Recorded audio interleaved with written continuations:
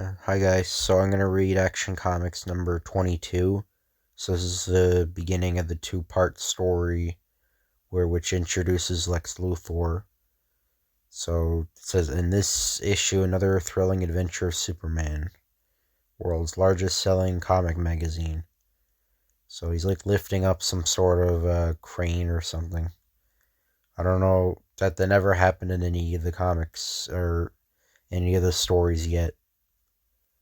So Superman by Jerry Siegel and Joe Shuster. Leaping over skyscrapers, running faster than an express train, springing great distances and heights, lifting and smashing tremendous weights, possessing an impenetrable skin.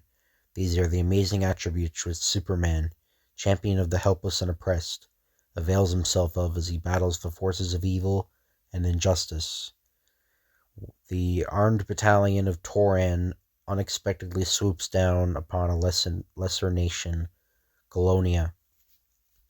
So obviously, this is a parallel to what was happening when this comic was made. So Germany invaded Poland.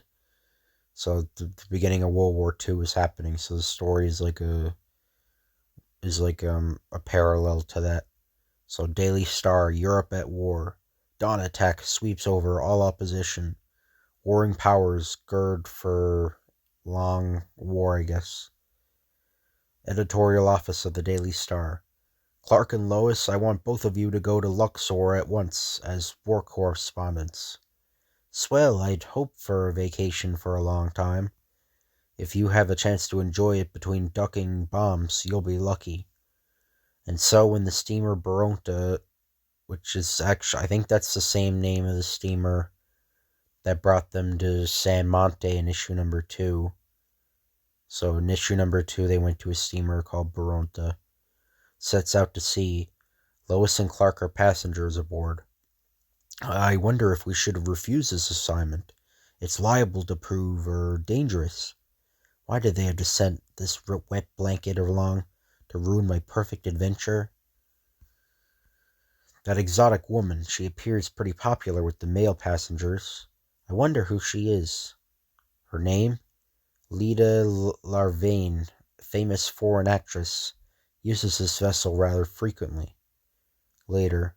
So once again, the world is being flung into a terrible conflagration. How senseless. Oops, I beg your pardon. Clumsy lout. That evening. No doubt she prefers the captain to me. Must be his uniform. Clark is startled when his telescopic vision detects a shadowy figure aiming a revolver at Leda from the vessel's rigging. Snatching a belaving pin, Clark lets it fly straight and true. Bullseye. I saw your swift action. I owe my life to you. Glad to have been of assistance. I'm a reporter. Mind telling me why anyone should want to take a shot at you? Frankly, I don't know. Later, as Clark strolls along the deck. Maybe she doesn't, and maybe she does. A flashlight in the captain's cabin. Uh, Lively, Clark races forward to a porthole. Whaddin? If that gal's on the up and up, I miss my guess. As the days drag up by, and I always thought an ocean voyage would be more romantic. I'm bored sick. Uneventful, eh? If only you knew. When the Baronta docks in Toran, you must come by my manor tonight, where I am holding a delightful reception. I'll be there. Later at his hotel. Now to hop down to the foreign ministry and pick up some juicy news. But when he reaches the ministry, what's the idea? No admittance? How am I going to get an interview?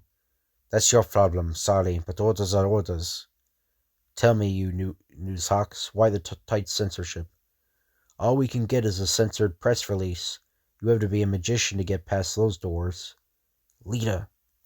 Miss Laverine, She snubbed you. Cold. Well, she wasn't so unfriendly the last time I saw her. We're going to go to a reception tonight and look into this.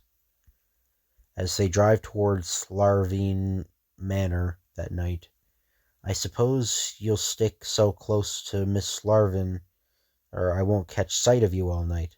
Small chance. We'll be lucky if she admits us. Mr. Kent, I'm so delighted to see you, and I was afraid you would not come. Huh? Say, why don't she make up her mind whether or not she cares to have anything to do with me? Come with me, so much I to say to you. You have? And now that we're alone, tell me all about yourself. There's not much to say. Then tell me about the great nations. Do you think they are in sympathy with Toran? Invasion of Galonia. Now she's getting down to business. The democracies are definitely opposed to aggressor nations. Any more questions? You must excuse me as hostess. I must look after my guests. Surely. So she's already found someone else to pump. There's no doubt of it. That girl is a spy. So here you are. Sorry to have left you, Lois, but I don't want any explanations for you. I'm leaving. But Lois! At that moment, high over the city, an invading aviator loses several bombs. The city, it's being bombed!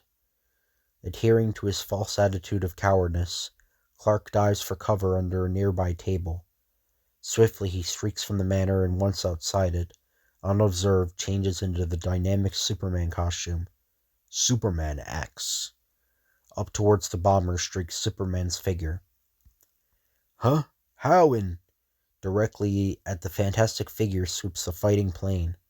Out flashes Superman's hand. Seizing hold of the racing plane, he pulls himself atop it. Mind if I hitchhike? If I don't watch out, one of those anti-aircraft shells will get me. He's clinging to the plane. I've got to throw him off. Up tilts the plane nose in a perpendicular climb. What is this, a bugging Bronco? The plane turns into a complete backward somersault, but fails to dislodge the tenacious grip of the Man of Steel. Grimly, the weird figure crawls forward, battling the pressure of a tearing wind. Another few feet. Gosh, he's reached the ring. Superman stretches his hand towards one of the whirling propellers. So, yeah, he punches the propeller. And as the plane abruptly lurches down toward the Man of Tomorrow's body towards the distant Earth, he strikes Earth unhurt. So, you haven't done enough, eh? As the machine gun bullets bounce off Superman, the airplane tilts its nose for an upward climb. So he jumps on the wheel. Stick around.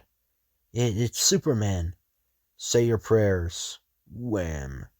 Wait. No autographs today. Taking advantage of the incitement, Lita slips away, unaware that she is regarded by Superman from above. Don't know what she's up to, but I'll tag along. Swiftly, Lita makes her way to the Foreign Ministry. You may pass, Agent T-21. A great leap carries Superman unseen over the heads of the guards. Lita and an army official conferring. I'm sure I heard a sound. Someone coming. I know you're hiding there. Come out hands raised or I'll shoot. That's odd. No one around. But I was certain I heard someone. Whoa, that was close. Within the room below, Superman overhears. And so you see, if a neutral liner Calcutta was to be torpedoed by our enemy, the sympathy of the democracies would be on our side. I've already followed your suggestion and dispatched orders to submarine Y-263. In 15 minutes, the Calcutta will be at the bottom of the ocean. Promptly, Superman streaks toward the sea. Not an instant to lose. Shortly later, he swims through the ocean at an unbelievable speed. Thousands of lives depend on whether I reach the Calcutta in time. Meanwhile, the Y-263 sights the steamer slated for destruction. Fire! As the deadly torpedo streaks towards the Calcutta, a slight figure swims between it and its victim, Superman. Directly into the Man of Steel's arms heads the metallic instrument of death. Come to Papa. Down we go. Down, down, rides Superman atop his unusual steed, until they drift to a halt. I've got to act quickly before they launch another attack. Right back. Boo. So the ship gets impacted. Unseen, Superman climbs aboard the Calcutta, but as he reaches the rail, his X-ray eyes sight another danger ahead.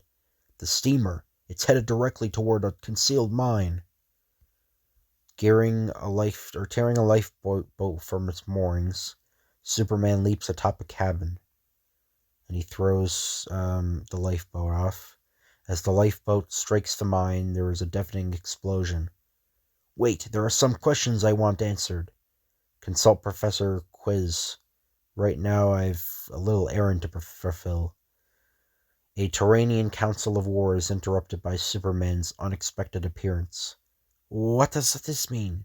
Confess. Confess that you and Leader Levine planned the bombing of a neutral vessel, or I'll bash your brains out. Jesus, Superman. Calm down. Okay. It's true, it's true. You will be paid for your underhand tactics. But that's all I want to hear. Another scoop for Clark Kent, the Daily Star, and Superman. Koranian army shakeup. It says full retreat by Clark Kent, High Command to General. Is that General MacArthur? I don't know. Something.